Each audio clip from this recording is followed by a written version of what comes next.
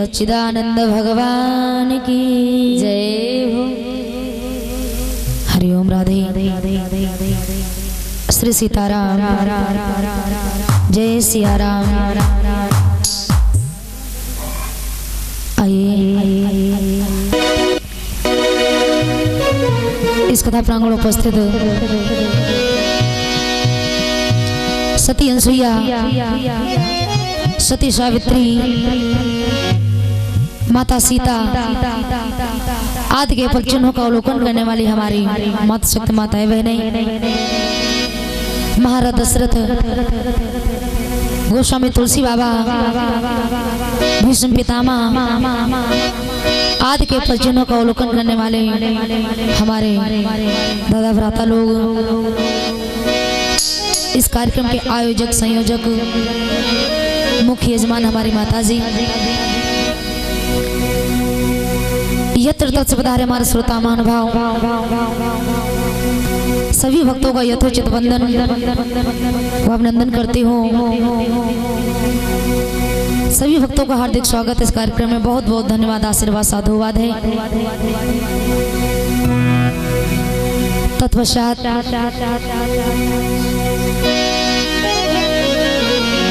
माता पिता सहित पूज्यपाद गुरुदेव भगवान के चरणों में ध्यान को लगाते हुए, आशीर्वाद लेते हुए, उस सच्चिदानंद ब्रह्म को नमन वंदन करते हुए, आशीर्वाद लेते हुए चलेंगे प्रभु के मंगलमय कथा की ओर। बहुत ही शुभ अवसर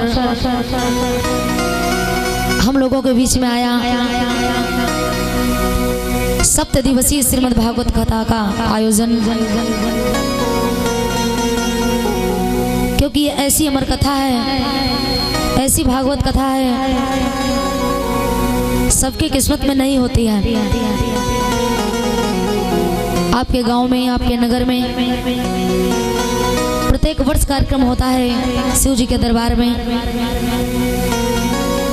और यहाँ भी हमारी माता जी की मर्जी से, उस परमपिता परमात्मा की कृपा से फिर आपके गांव में सप्त दिवसीय श्रीमद् भागवत कथा का अनुष्ठान रखा गया। ऐसा शुभ अवसर कब आता है हमारे आपके जीवन में, जब हमारे आपके पाप नष्ट होते हैं और पूर्ण उदय होते हैं। सब यानी सारे पापों का नष्ट विनाश हो जाता है और पूर्ण उदित होते हैं, तब जाकर के भगवान की कथा सुनने का अवसर प्राप्त होता है। और इस कथा के सब अधिकारी भी नहीं बताए गए हैं, क्योंकि गोस्वामी बाबा ने लिखा भी है, यही सर आवत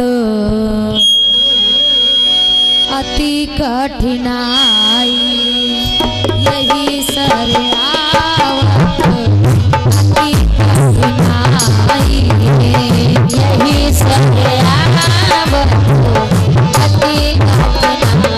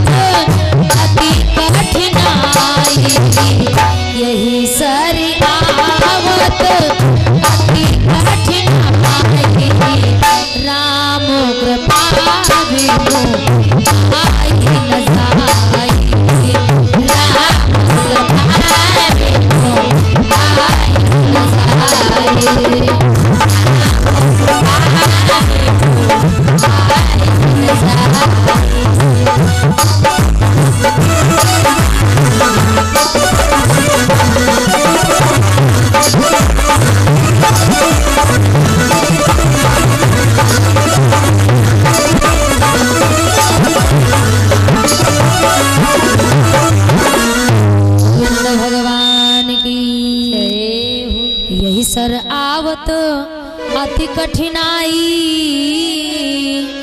राम कृपा बिनु आई न जाई। ये ईश्वर की कृपा है जो भागवत कथा सुनने का शुभ अवसर प्राप्त हुआ। और राम कथा के सब अधिकारी नहीं बताए गए हैं।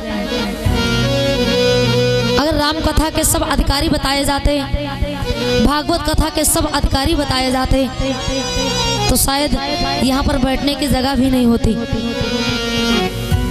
अति हरि कृपा जाहि पर होई, ताहि धरे यह मार्ग सोई।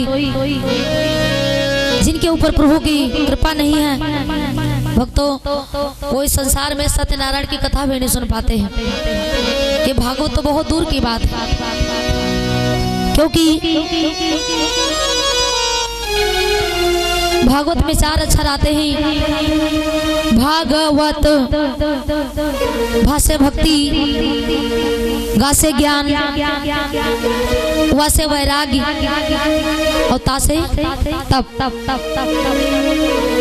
भागे कहे से खुल जात भाग्य जीवन के, गा के कहे से गुमान मिट जात है। भागवत यानी भागवत कथा अगर आप सुनोगे तो भाग्य कहे से यानी भागवत कथा सुनने से हमारे आपके भाग्य खुल जाते हैं। भागवत कथा सुनने से हम आप परमात्मा को प्राप्त कर लेते हैं। हम सभी को मोक्ष प्राप्त होता है। गा के कहे से गुमान मिट जाते हैं। हमारे आपके अंदर जो अहंकार भरा हुआ है, हमारे आपके अंदर जो पाप भरा हुआ है, ये भागवत कथा सुनने से ही नष्ट हो जाते हैं। क्योंकि अहंकार इंसान को आ ही जाता है। अगर कोई मकान बनवाए ना, कोई दुकान बनवाए, कोई गाड़ी खरीदे, तो कभी कभी लोग बहुत अहंकार के साथ में कहते हैं मकान हमने बनवाया, गाड़ी हमने ली। हम ये तो नहीं कहेंगे कि ये चीज अपनी ना कहो, लेकिन इतना जरूर है कि अहंकार के भाव से मत कहना। दुनिया में अगर मालिक बनकर के रहोगे तो बहुत दुख भी झेलना पड़ेगा। नौकर बनकर के रहो, किसके नौकर? उस मालिक के। अगर आपने मकान बनवाया, घर बनवाया, तो ये ना कहो कि मैंने घर बनवाया, बस ईश्वर की कृपा है। हमने गाड़ी ली, नहीं, हमने क्या ली, हमारी क्या औकात है जो हम गाड़ी खरीदेंगे। सब ईश्वर की कृपा है। तेरी मर्जी का मैं है गुलाम, मेरे अलबेले राम। जैसे रखोगे प्रभु वैसे रहूंगा, जहां ले चलोगे प्रभु वहां चलूंगा। हमारी क्या औकात है जो हम कुछ खरीद सकें। कहते हैं दुनिया में अगर मालिक बनकर के रहोगे तो बहुत ही ज्यादा नुकसान होगा, क्योंकि जिस चीज का कोई मालिक होता है, हानि लाभ सब मालिक सहता है। अपने को मालिक ना कहो। मालिक किसको बनाओ? उस प्रभु को। अगर अपने घर में बेटा भी है तो बेटा का नाम अपना ना दो कि हमारा बेटा है, भगवान को सब दो, ये मेरे प्रभु की सब कृपा है। मेरा घर, मेरा मकान, मेरी दुकान, ये सब ईश्वर की कृपा है। भाके कहे से भाग्य खुल जाते हैं, गाके कहे से गुमान मिट जाते हैं, और वाके कहे से बल बुद्धि बढ़ जाते हैं, और ताके कहे से तकदीर बदल जाते हैं। अगर भागवत कथा सुनोगे तो आपकी किस्मत के ताले जरूर खुल जाएंगे कि ईश्वर है क्या। कि सच्चिदानंद रूपाय भीषोत्पत्त्यादि है तवे, तापत्रये विनाशाय श्री कृष्णाय वयं नमः। ईश्वर कैसा है? सत चित आनंद। विश्वोत्पत्त्या देहे तवे, वो ईश्वर इस सृष्टि का रचयिया। क्योंकि सृष्टि का विकास कैसे हुआ, इस सृष्टि की रचना कैसे हुई, इस धराधाम पर कोई मनुष्य नहीं था।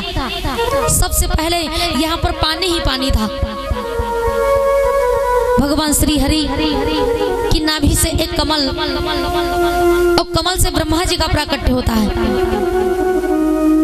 भगवान श्री हरि ने कहा है ब्रह्मा जी आप सृष्टि की रचना करो। तो ब्रह्मा जी ने कहा ठीक है प्रभु जैसी आपकी मर्जी। ब्रह्मा जी ने जैसे नजर फैला करके देखा, आगे देखा, पीछे देखा, दाएं बाएं, ब्रह्मा जी ने 4 सर प्रकट किए अपने, चारों तरफ देखा, बोले प्रभु यहाँ तो सब जल ही जल है, सृष्टि की रचना होगी कैसे। भगवान श्री हरि कहते हैं हे ब्रह्मा जी इस सृष्टि की रचना आप ही करिएगा। तो ब्रह्मा जी के बाएं अंग से एक कन्या का प्राकट्य होता है और दाहिने अंग से एक पुत्र, जो कि पुत्र का नाम पड़ा है मनु महाराज जी और कन्या का नाम पड़ा है शत्रुपा जी। कि स्वयंभू मनु और शत्रुपा, स्वयंभू मनु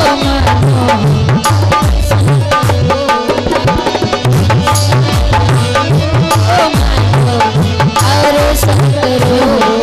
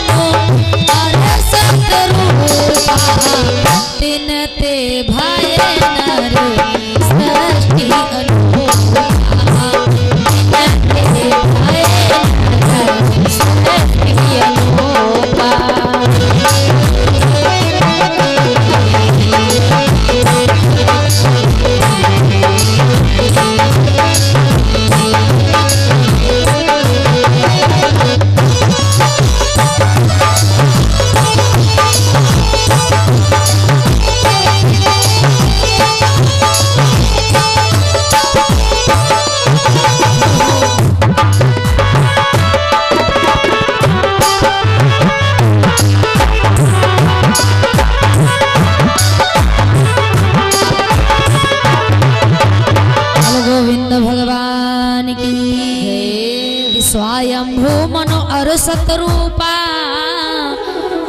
तिनते भय नर सृष्टि अनूपा। हम लोग मनु के संतान कहलाते हैं। सबसे पहले इस पृथ्वी पर कौन आया था? मनुष्य के रूप में। सबसे पहले मनु महाराज और मैया शत्रुपा जी का प्राकट्य होता है मनुष्य के रूप में। हम लोग मनु के संतान होने के नाते हम लोगों को मनुष्य कहा जाता है। आइए श्रीमद् भागवत कथा पुराण यानी प्रथम स्कंद से हम चलेंगे।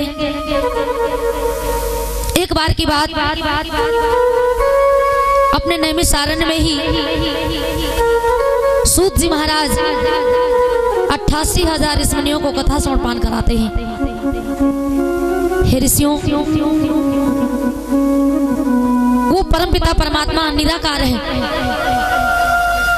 कि बिनु पग चलै सुनै बिनु काना, कर बिनु कर्म करई विधि नाना। वो परमात्मा इस संसार में निराकार है, बिना पैरों के चलता है, बिना हाथों के सब कुछ करता है, मुख नहीं फिर वक्ता बहुत बड़ा है। तो सूत जी महाराज जी कहते हैं हे भगवान, ये भागवत कथा किसने लिखी और सबसे पहले किसने सुनी और किसका उद्धार हुआ? सूत जी महाराज आज 88,000 ऋषियों को कथा समर्पण यानी कथा सुनाते हैं और कहते हैं संतों, जिस समय व्यास जी ने 4 वेद लिखे, 6 शास्त्र लिखे और 17 पुराणों की रचना किए बैठे हुए थे अपने नैमिष में ही। इधर नारद बाबा आते ही और गोमती में जैसे स्नान करते ही, सुबह सुबह का समय है, स्नान करके जैसे नारद बाबा गोमती से बाहर निकले, सुबह का वक्त राम नाम का चिंतन करते हुए चले जा रहे, नारायण नारायण। जैसे आगे घनघोर जंगल की ओर बढ़े, चक्रतीर्थ साइड को जैसे आगे को बढ़े तो क्या देखा कि उसी जंगल में व्यास भगवान सामने वेद रखे हुए हैं, शास्त्र रखे हुए हैं, पुराण रखे हुए हैं। व्यास भगवान मस्तक को पकड़ करके रोने लगे। जैसे रोना प्रारंभ किया, उसी समय नारद बाबा का आगमन हो गया। नारद बाबा कहते हैं, अरे व्यास जी, इस जंगल में क्यों रो रहे हो? और एक बात और याद रखना, दुनिया में हमारा दुख पूछने वाले बहुत कम लोग मिलेंगे, क्योंकि सुख में दुनिया आगे चलती है और दुख में दुनिया पीछे चलती है। ये पता कहाँ से लगेगा? चेक कर लेना। जब किसी के बारात आती है ना, तो द्वार चार के टाइम चेक करना, दूल्हा की गाड़ी पीछे और नाचने वालों की गाड़ी आगे, यानी आगे सब डीजे पे लोग डांस करते हैं। काहे? खुशी का माहौल है, दूल्हा पीछे, नाचने वाले सब आगे। सुख में दुनिया आगे, और जब कोई मरता है तब लाश पीछे और उसके पीछे बाराती। कहते हैं लाश के आगे ना जाना, आगे जाना अशुभ हो जाएगा। जब कोई मरता है तो लाश आगे आगे और ये दुनिया पीछे हो जाती है। कहते हैं कि सुख में दुनिया आगे और दुख में दुनिया पीछे हो जाती है। दुख का साथी तो सिर्फ परमात्मा है और एक संत। हमारी आपकी आंखों में आंसू आ जाएं और अगर कोई हमारे आंसू पोंछने वाला मिल जाए, हमारा कोई दर्द पूछने वाला मिल जाए, तो समझ लेना कि वो भगवान का रूप है। कि सताता है गरीबों को उसे शैतान कहते हैं और पराया दर्द अपना है उसे भगवान कहते हैं। आज व्यास भगवान बैठे रो रहे हैं, तो नारद बाबा ने पूछा, अरे व्यास जी, आखिर को तुम्हारे रोने का कारण क्या है? व्यास जी बेचारे मस्तक को पकड़ करके बैठे थे, रो रहे थे, कह रहे थे, बाबा क्या बताऊं, आज तक मैंने बहुत सारी रचनाएं की, 4 वेद लिखे, 6 शास्त्र लिखे, 17 पुराण लिखे, फिर भी नारद बाबा आज हमारी आत्मा मुझे धिक्कार रही है और कह रही है, अरे व्यास जी तुमने अभी तो कुछ भी नहीं लिखा। सच कहते हैं, मकान 2 मंजिल का बनाओ, 3 मंजिल का, और आत्मा जब तक ना कहे कि हमारा मकान अच्छा लग रहा है, तब तक ऊपर से भी कुछ अच्छा नहीं लगता है। जब आत्मा दुखी तो ऊपर का चेहरा भी उदास हो जाता है, आंखों से आंसू आते हैं। व्यास जी कहते हैं, नारद कि व्यास ने कहा लिखते लिखते हमने क्षण भर दम लिया नहीं। व्यास ने कहा लिखते लिखते हमने क्षण भर दम लिया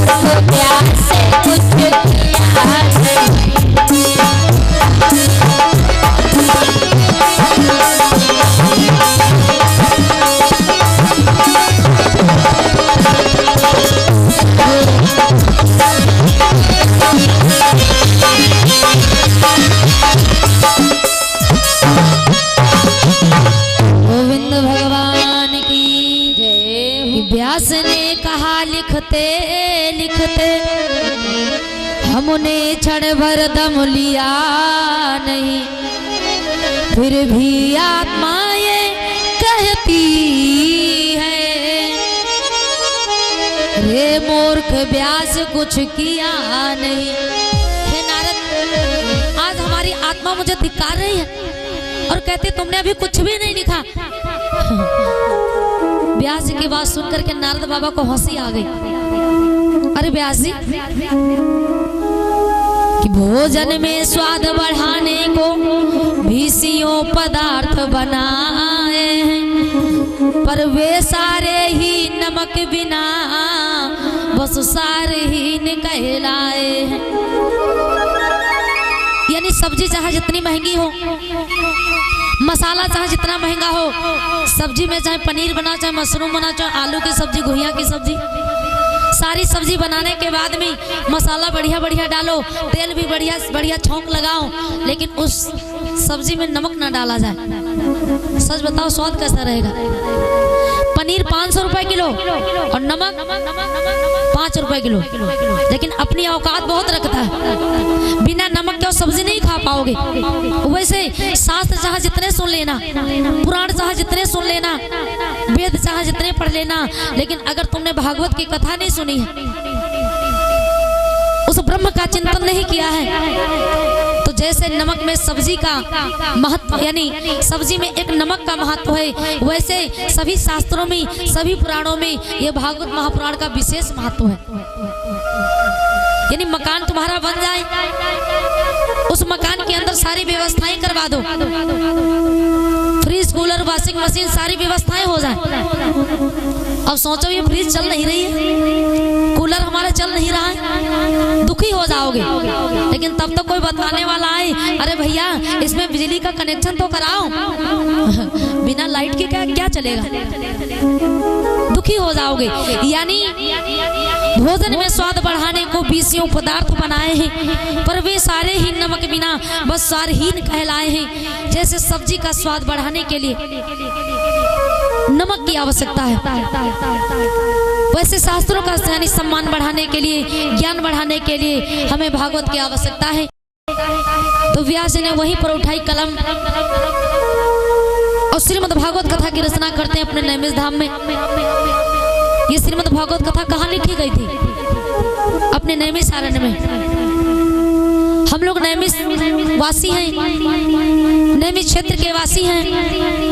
उस ईश्वर को बहुत बहुत धन्यवाद है जो माता ललिता के करीब हम लोग हैं,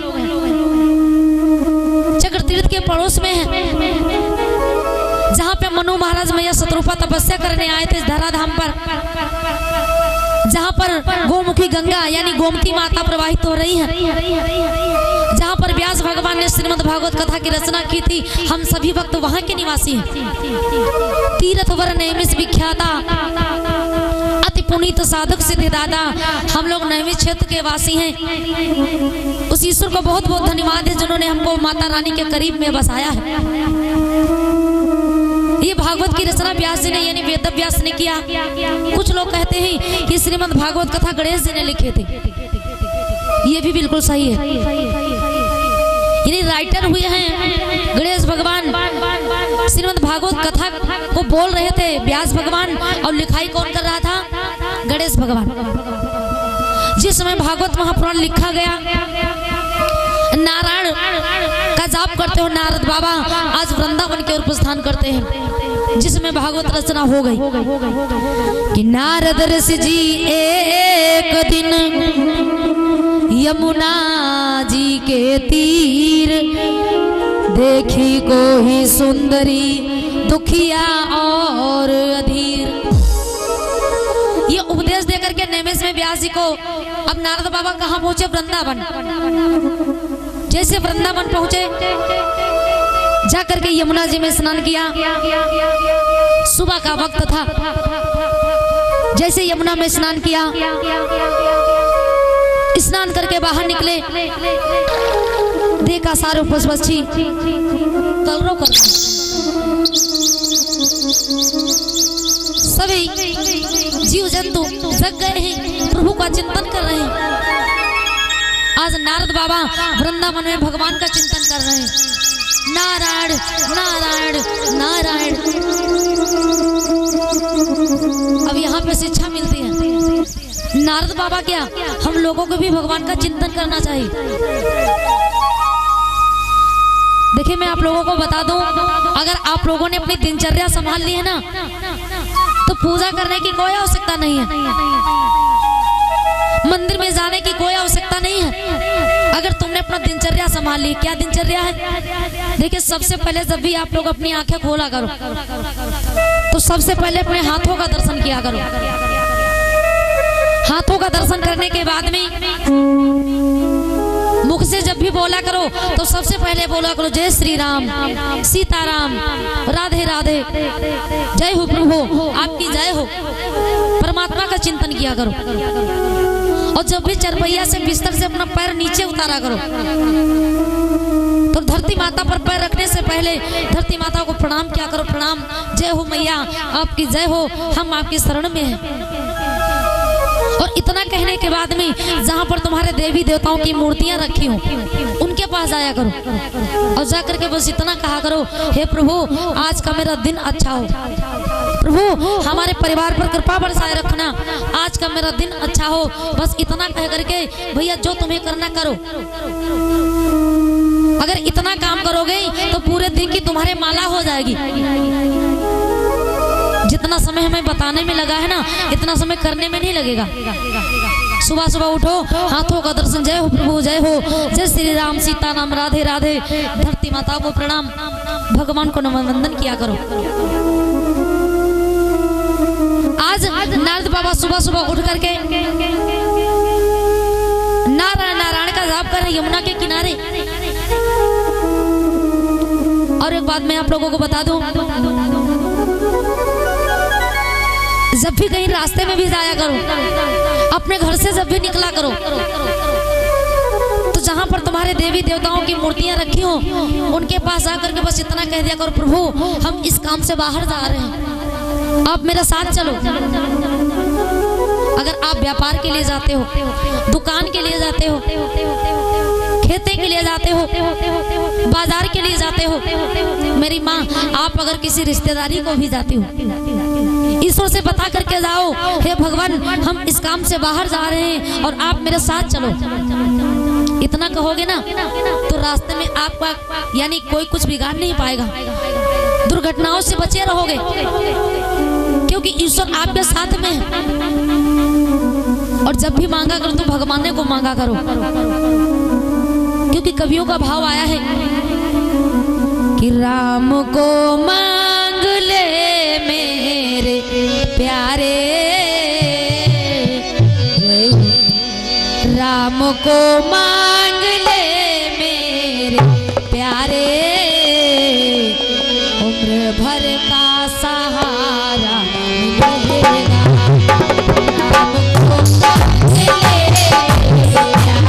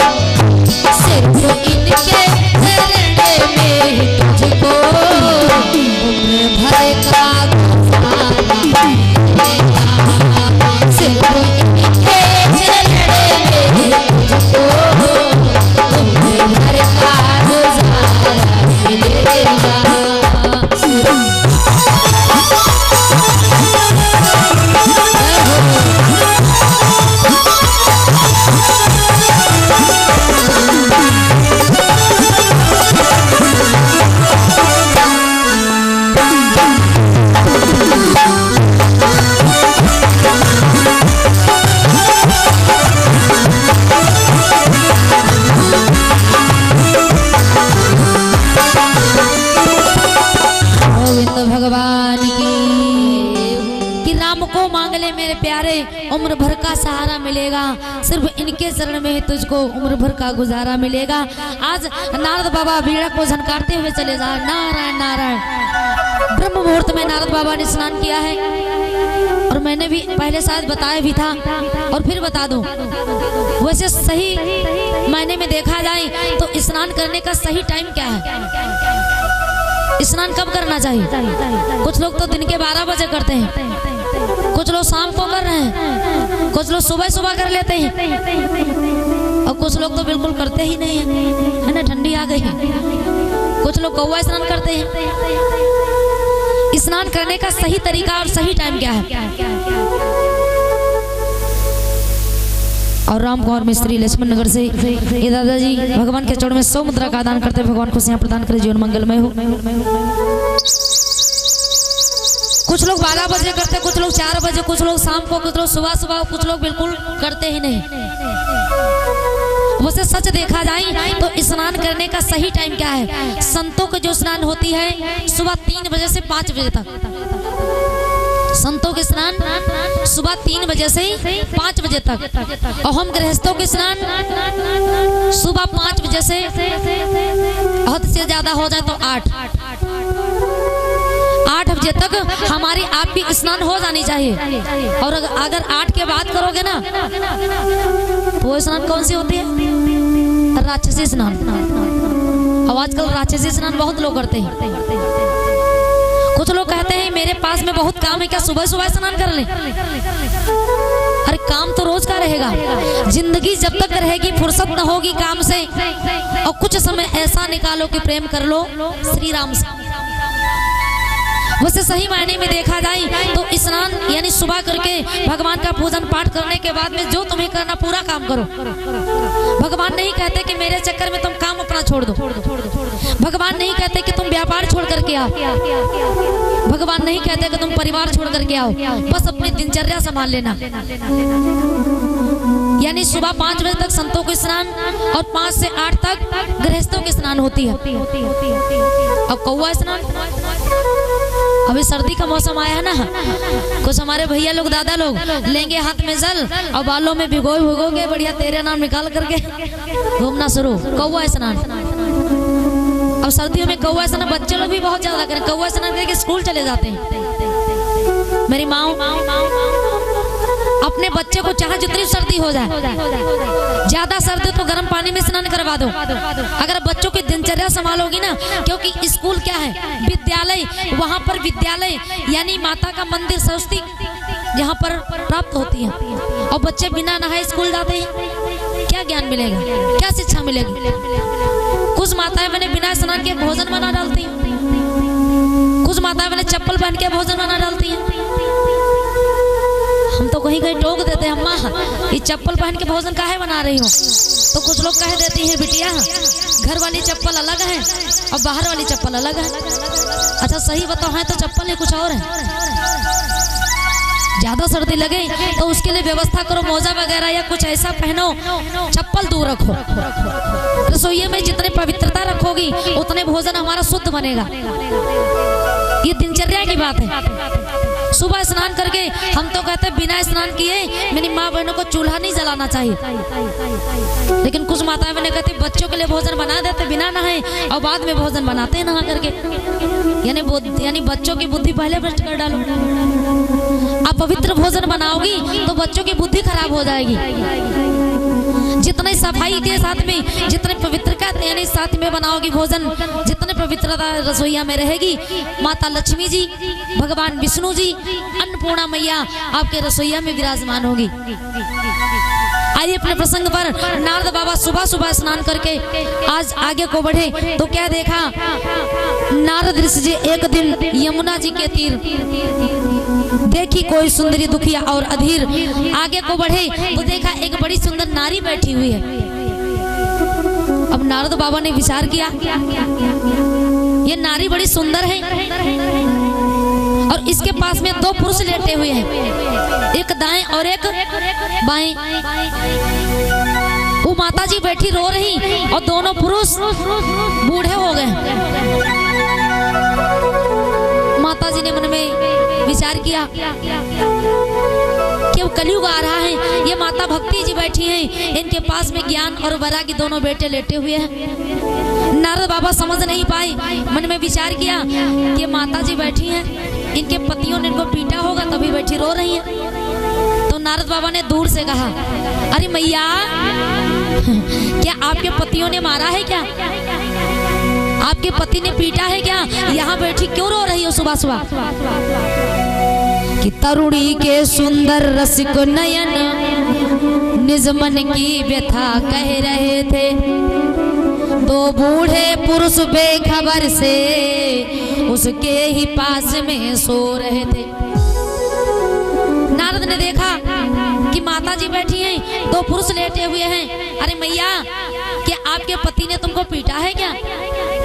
ये सुन करके आज माता भक्ति ने नारद बाबा को तुरंत डांट दिया, चुप हो जाओ नारद, अरे कैसी बात कर रहे हो? ये हमारे पति नहीं, हमारे बेटे हैं बेटे। नारद बाबा को और हंसी आ गई। क्यों? क्योंकि अम्मा 16 साल की और भैया सब 80 साल के लेटे हैं। यानी इस कलयुग में देखा जाए तो माता बूढ़ी हो जाती, बेटे जवान रहते हैं। लेकिन नारद ने वहां पे उल्टा देखा, माता 16 साल की, भैया सब 80 साल के।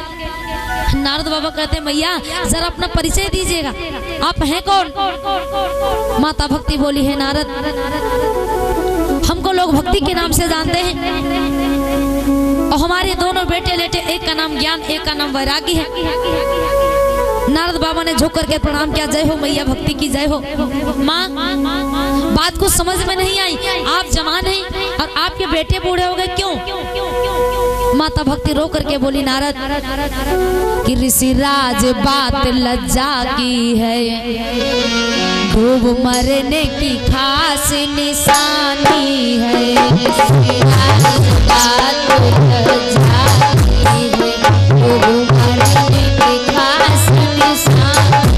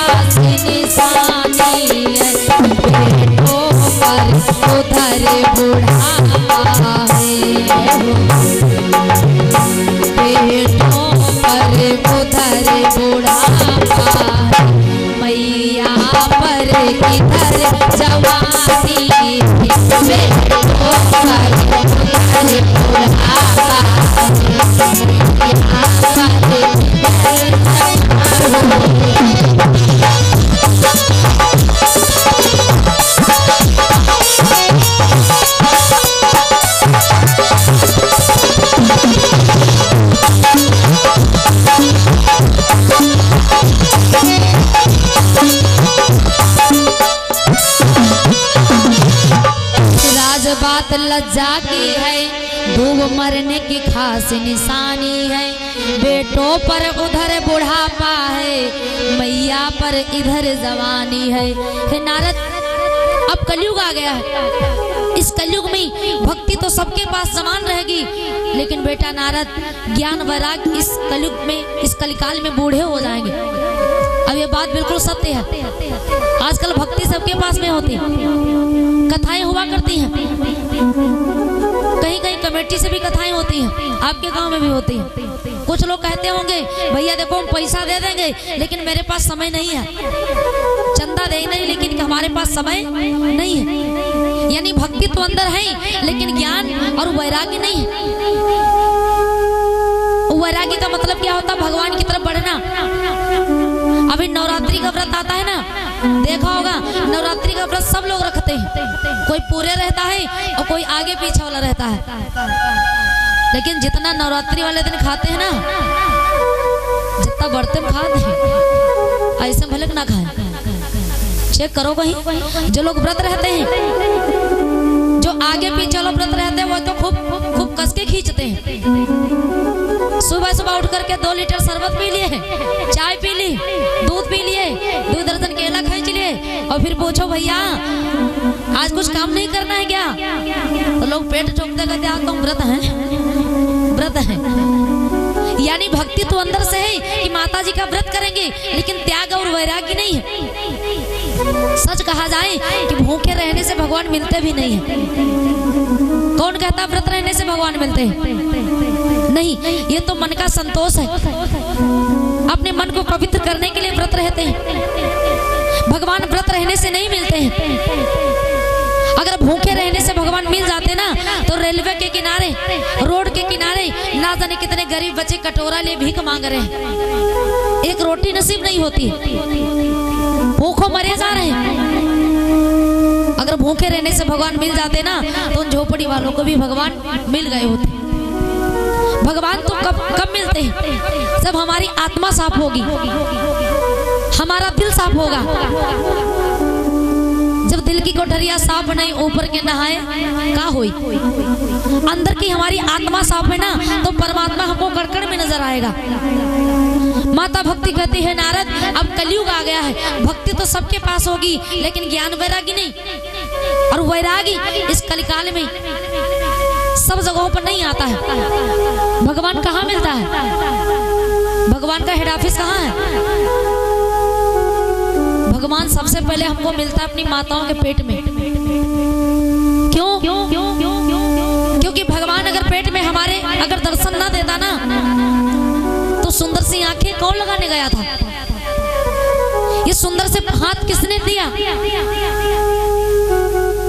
ये सुंदर से कान किसने लगाए? सुंदर से पैर किसने दिए? ये भगवान निर्माण कहाँ करते हैं? पेट के अंदर। अगर ये हमारे आपके बस की बात होती ना, अगर कोई माता अपने बच्चों के हाथ पैर लगाती ना, तो 2 के बदले 4 जन लगा देती है ना। अपने बच्चे को जय हाथ दे दे, उतने काम बढ़ा ले हैं। नहीं, ये काम मेरे प्रभु का है। अब यानी जहाँ पे आंखों की आवश्यकता वहाँ पे आंखें लगी है, जहाँ पर नाक की आवश्यकता वहाँ पे नाक लगी है, जहाँ पे कान की आवश्यकता वहीं पे कान लगा दिए, और जहाँ पे हाथों की आवश्यकता वहीं पर हाथ लगा दिए। और भगवान की मर्जी ना होती ना, तो हाथ कहीं पीठी में लगे होते तब, हाँ, आंखें कहीं लोड़ी में लगी होती तब। नहीं, सब ईश्वर की मर्जी से होता है। तो परमात्मा सबसे पहले हमको माताओं के पेट में मिलता है कि 4 ठौर सब नरन के कछु वैरागी चढ़ंत गर्भवास। गर्भ के अंदर जब बच्चा होता है, जीव होता है, तो उसे वैराग्य आता है। जब भगवान हमको फिट करते हैं अंदर, हाथ पैर लगा करके, आंख नाक कान लगा करके, तो हम लोग ईश्वर से कहते हैं, वो जीव परमात्मा से कहता है, प्रभु मुझे रो नरक से बाहर निकालो, हमारे ऊपर से सारी गंदगी निकल रही है। कभी कभी पेट के अंदर जब बच्चे पर आंच आती ना, कोई दर्द होता है बच्चे को या माँ को दर्द होता है, तो माताएं मैंने डॉक्टरों को दिखाती हैं। डॉक्टर कहते हैं कि बच्चे के मुख में पानी चला गया। अच्छा बताओ, पेट के अंदर कोई नल रखा है का जो बच्चे के अंदर पानी चला गया? पानी नहीं, वो मलमूत्र जाता है, वो गंदगी जाती है। जरा सोचो जीव को कितना दर्द होता है। बच्चा जब पैदा होता है ना, जब जीव इस दुनिया में आता है और जब दुनिया को छोड़ करके जाता है, कितना दर्द होता है। अपने शरीर के जब 32 हड्डियां टूट जाएं, 32 हड्डियां, 32 हड्डियों के टूटने का जितना दर्द होता है, उतना दर्द बच्चे के पैदा होने में होता है। और एक बात और चेक कर लेना, जब बच्चा अंदर से पैदा होता है तो आँख कान नाक सब कुछ होता है, लेकिन एक चीज नहीं होती, वो पैदा होने के बाद मिलते। क्या सोचो कभी, विचार किया क्या? दांत। ये दांत बाद में क्यों लगाते हैं प्रभु? ये दांत बाद में इसीलिए लगाते हैं क्योंकि बच्चा गर्भ के अंदर है और मुख के अंदर जुबान है, कहीं बच्चा दबा या उसका मुख कहीं दबा तो ऐसा ना हो कि जुबान कट जाए, यानी दांतों के जरिए से ये जुबान कट जाए। इसलिए भगवान दांतों का निर्माण बाद में करते कहते बेटा चलो दूध पियो, चलो बाद में हम दांत दे रहे बाद में। और दांत जितने दांत स्वार्थी है ना उतने स्वार्थी दुनिया है। दांत हमारे कितने स्वार्थी हैं। जब हम पैदा हुए तो दांत एको नहीं थे और जैसा हुआ अनप्राशन मरचटना चेक कर लेना 5 महीने के बाद में दांत आने लगते हैं, एक एक करके, एक आगे पीछे ऊपर नीचे सब एक एक करके। जब तक 18 साल के हो तो सारे दांत आ जाते हैं और जैसे बुढ़ापा आता है ये दांत ना तो संगम आए रहा ना तो संगम जात।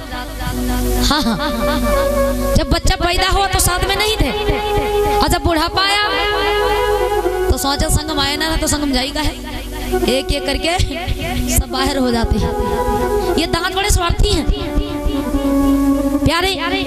पहला वैरागी माँ के गर्भ में और दूसरा वैरागी 100 के निकट। जब कोई मर जाता है तब थोड़ी देर के लिए वैरागी आता। पहला वैरागी माँ के गर्भ में हम लोगों ने कहा था प्रभु से, अब प्रभु कृपा करो यही भांति सब तजी भजन करब दिन राती। प्रभु मुझे बाहर कर दो, हम आप ही का नाम लेंगे। लेकिन जैसे बच्चा पैदा हुआ भगवान को भूल गया, अम्मा पापा खुद भुला देते हैं। बच्चा जानने वाला हो गया तो भगवान की परिचय बाद में कराई, सबसे पहले क्या परिचय कराते? बेटा देखो तुम्हारे पापा हैं, बेटा तुम्हारे चाचा हैं, बेटा तुम्हारी दादी हैं। यानी दुनिया के रिश्ते गिनाए जाते हैं, भगवान का नाम नहीं लिवाया जाता है। बच्चा भूल जाता है ईश्वर को। पहला वैरागी माँ के गर्भ में और दूसरा वैरागी जब कोई मर जाता है।